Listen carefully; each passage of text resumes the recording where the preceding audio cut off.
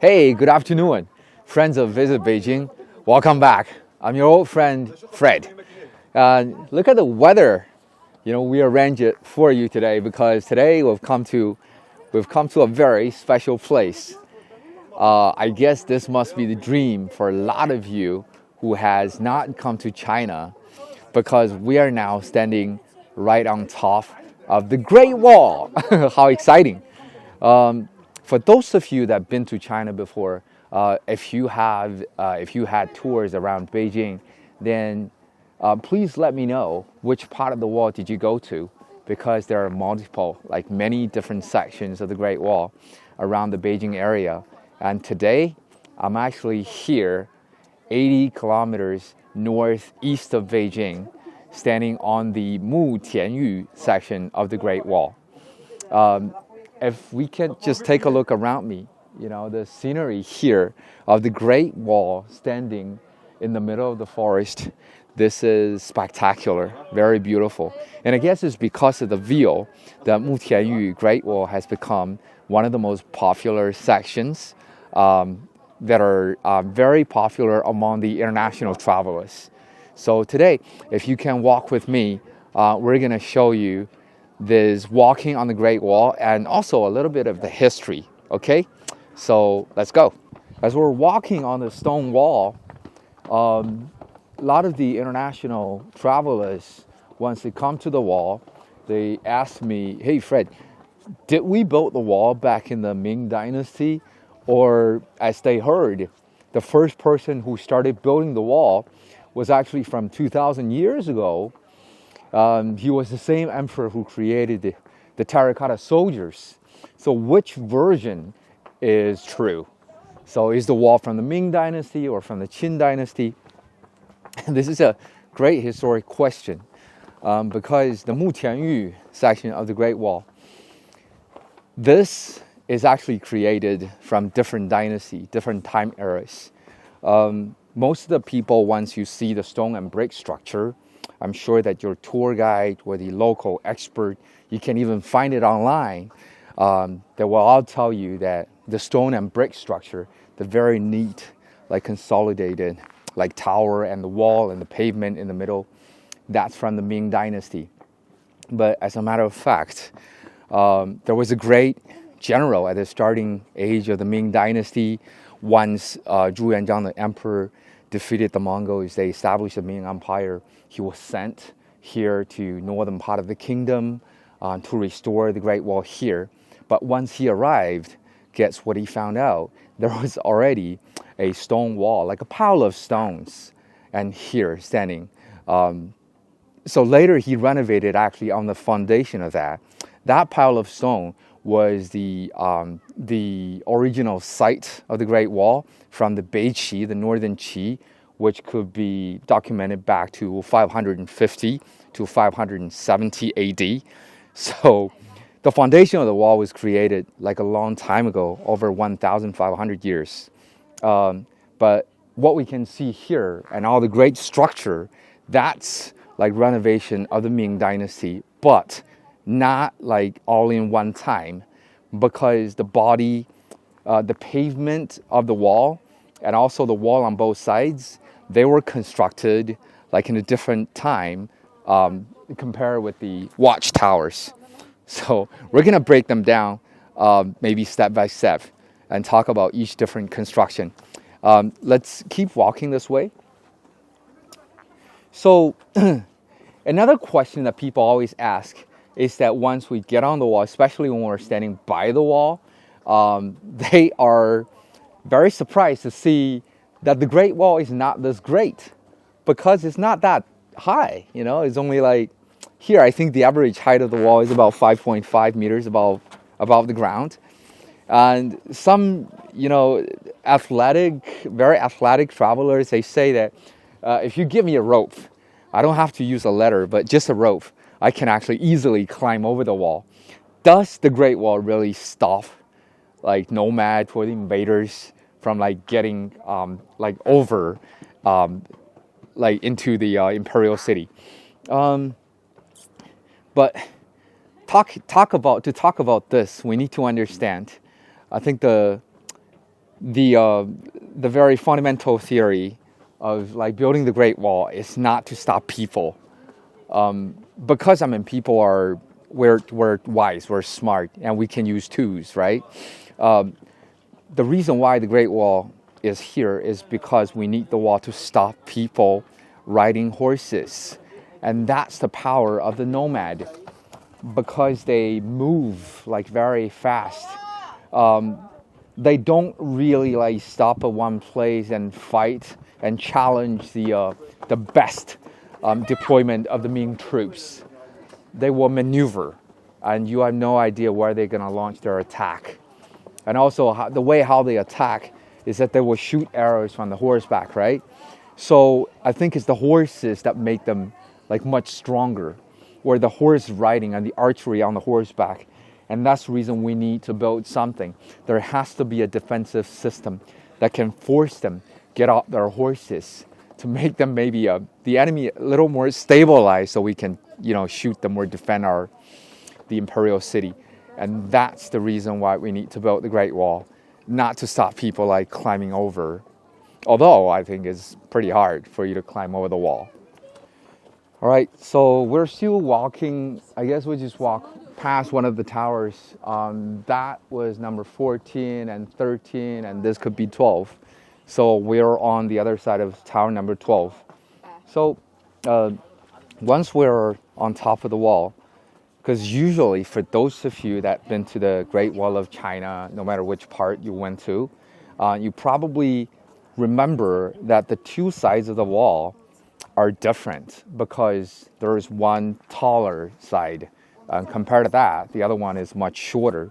And also, it's the higher part that has the part that comes up and goes down, like the docks, the defensive design. But if you take a look at Mutianyu here, you find something very, very interesting. I think is worth discussing, because here you can see the Great Wall has like the same design on both sides. Can you see that? Like on both sides, they're exactly the same. Well, the reason why there used to be, I mean, for most part of the wall, there's a higher side versus a shorter side, is because the higher side is the battlement. That's where we face the borderline. That's where the enemies would come from that region outside the wall. And on the other side, that's us. So it's the inner wall that protects us and face towards us. And here we have the similar structure on both sides. I think it indicates that war might have happened on both sides. And also that emphasizes the strategic importance of this place. And also, speaking of that, there is a name of one general that we have to mention. His name is Qi Jiguang. So previously, I was telling you that the wall was constructed in the Ming Dynasty in early 1400. That was by the general Xu Da, who was like the subordinate general to the founder of the Ming Dynasty. So after him, it was the third emperor of the Ming Dynasty, Zhu Di, who's also the fourth son of Zhu Yanzhang, the founder. He actually consolidated or renovated the wall on the foundation of Xu Da's work. But I think the person that really finished like this, the completion, the final version of this part of the wall that makes it look so magnificent, that's the general Qi Jiguang. So we're talking about 1567. So that was like after Jiajing, that was Longqing's reign time. So when this new emperor came to the throne, and Qi Jiguang with his superior officer Tan Lun, they were called to come back in Beijing, and they were put in charge of the reconstruction or renovation or fortification of the northern defense, just to like in case the Mongols would attack us, from this part. So he is the one that made a lot of changes actually. First of all, I think the wall on both sides with this, the battlement, the special design, and also the pavement of stones and bricks. If we come a little closer, as you can see, those are not stones. Those are bricks, and also the pavement on the ground. But maybe somewhere when we see the outside of the wall, you can see the foundation and plus the exterior, like the protection of the Great Wall, that was made of very large piece of granite stone, which is different from those little bricks. And this is also Qi Jiguang's, his like fortification of the structure. If we take those pavement, those bricks, like out, maybe and dig for another, I would say 1 meter, and we can see that there is no bricks inside.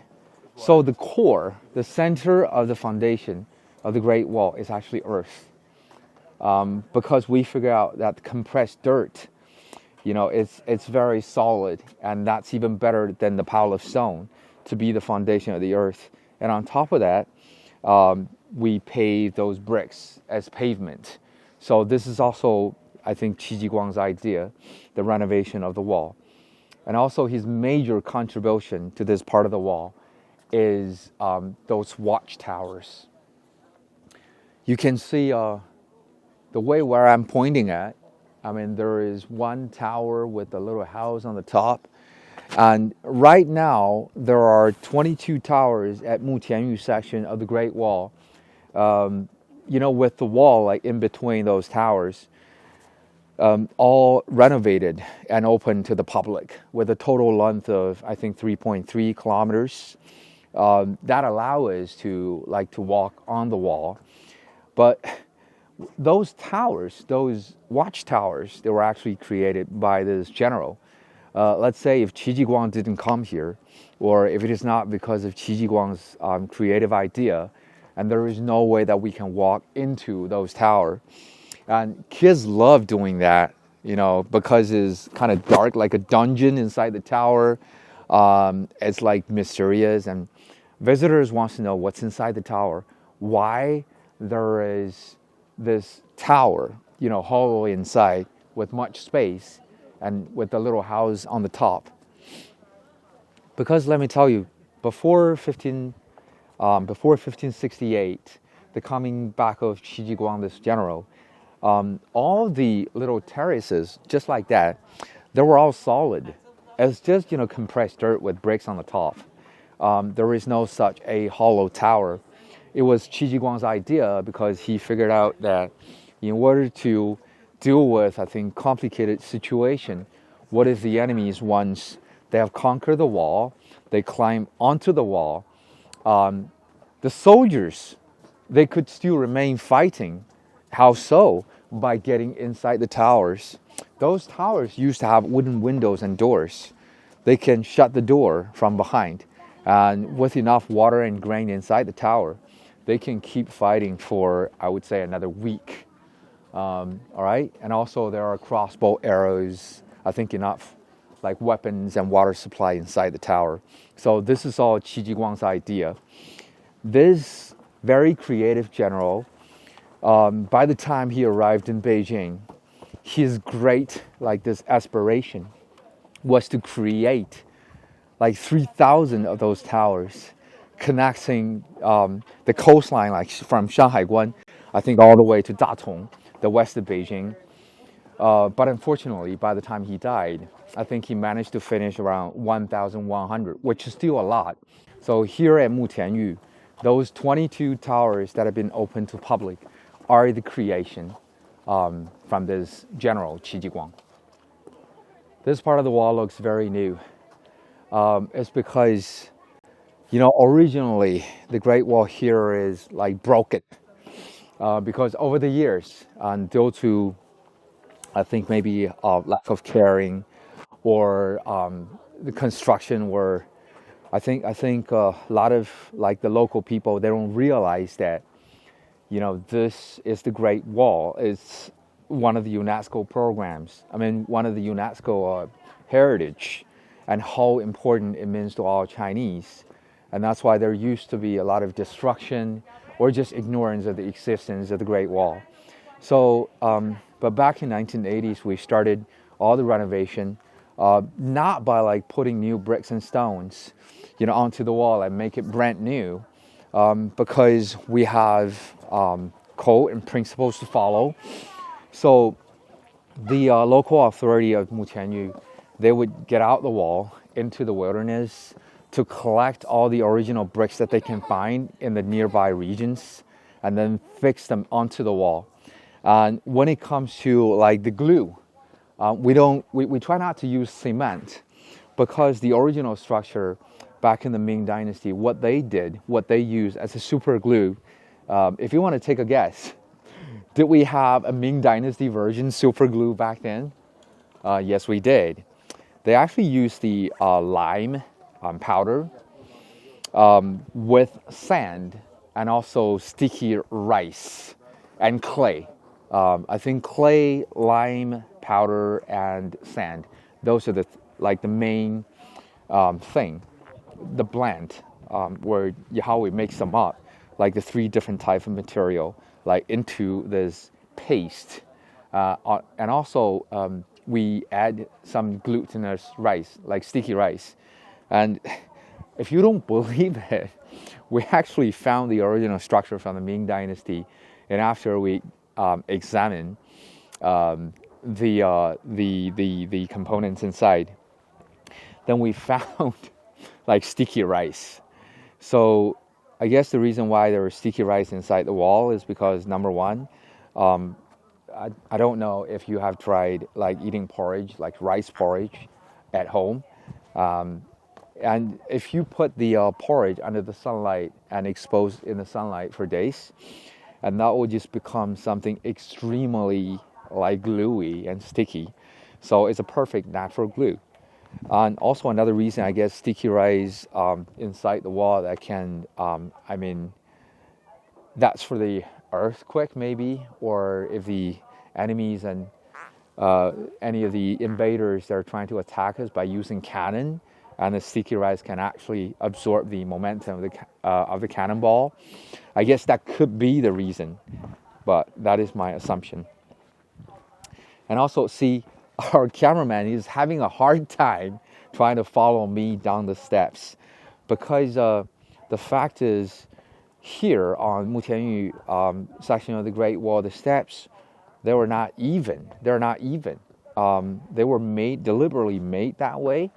That I don't know the reason, whether it's because back in ancient times, we did it on purpose or that was a mistake. I think there was no mistake. I guess one saying or one explanation that says explains why the steps are made of uneven heights is because it will be very difficult for anyone who is not familiar with the structure to go fast on the wall. I think that refers to the invaders. So once the enemy get on the wall, if they're like us, like walking down very cautiously, that will slow down their pace of attack, which will save us more time to call the reinforcement. And also here, if you see, here is the little design. I think that reveals the art. Because can you see there is a little cap, that little triangle on the top, right? So this is also a very functional design, because here in Beijing, summertime, there are lots of summer showers. It rains a lot.